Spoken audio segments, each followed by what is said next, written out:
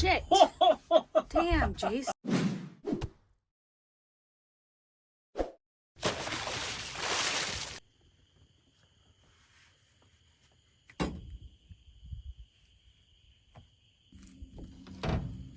Hello friends, welcome to my crib.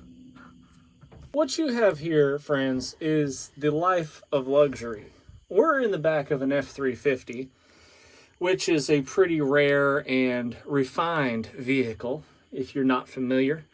It has everything that the lifestyles of the rich and famous can appreciate, such as a shelf, fully stocked cooler, water, 10 gallons of water, and 30 gallons of vegetable oil. For those of you that weren't familiar, aren't aware, my truck here runs on used vegetable oil and diesel. So if I can haul an extra 30 gallons on a road trip, it saves me from having to stop and buy some fuel. But anyway, come on in. Let me show you around. As you can see, it sleeps 2 extremely comfortably, although we have slept 4 back here before. This is only half of the top shelf here, the top bunk. And my 2 youngest actually sleep on top this direction, crossways, and we sleep underneath. And then my oldest daughter, my 3rd kid, sleeps in the back seat. So it opens up a little bit of space. It'd be a little crowded with 5 in the back here.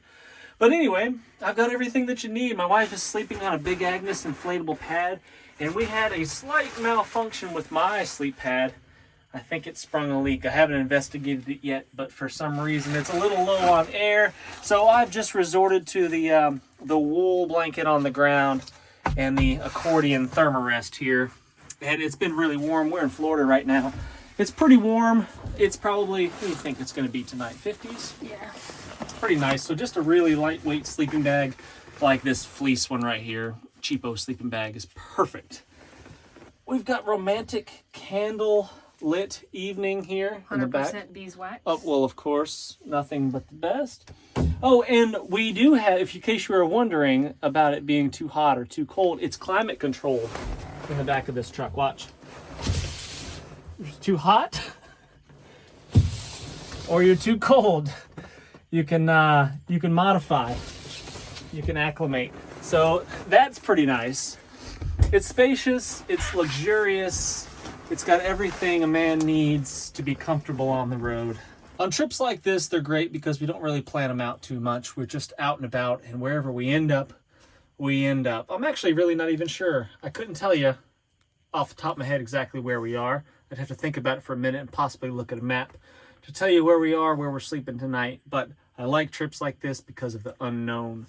Now, this is a work trip, technically speaking. We are getting work done. We're also enjoying ourselves along the way, but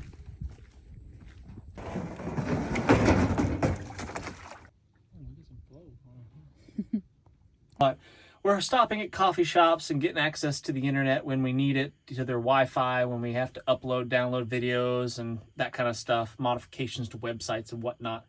So that's kind of a little bit of a drag. I'm actually really considering about getting a Starlink for the rig here.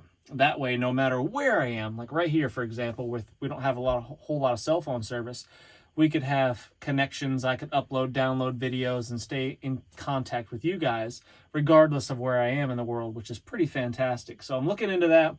Might be in the near future. On the next big road trip, I might have that set up. So it'll just eliminate having to go to town and get set up with the internet and Wi-Fi. We're racking up miles on the OTAT here on the On3 adventure truck. Haven't burned a drop of diesel yet. Well, I shouldn't say a drop. The truck starts on diesel and warms up on diesel and then shuts off on diesel, cleans out the lines. But very little diesel fuel so far. Hopefully we can get to our destination and back without having to burn hardly any at all. Shit. Damn, Jason.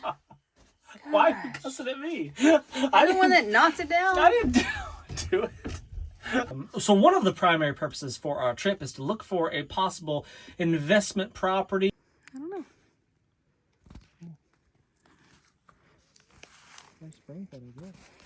It's gotta be.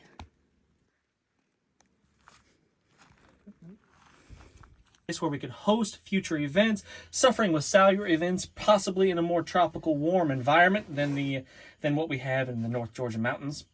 something not too far from home, with a one-day drive away is kind of what I'm looking for.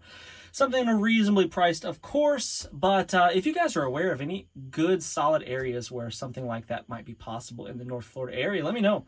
If you're a North Floridian, let me know if there's something like that out here, around here. So I'd appreciate that in the comment section. Thanks for watching, friends. If you haven't hit the thumbs up already, please do. I'd be grateful for it. If you haven't subscribed, make sure you do that. Hit that notifications bell so you don't miss any videos. And until next time, friends, what's the worst that can happen? Let's just go on 3.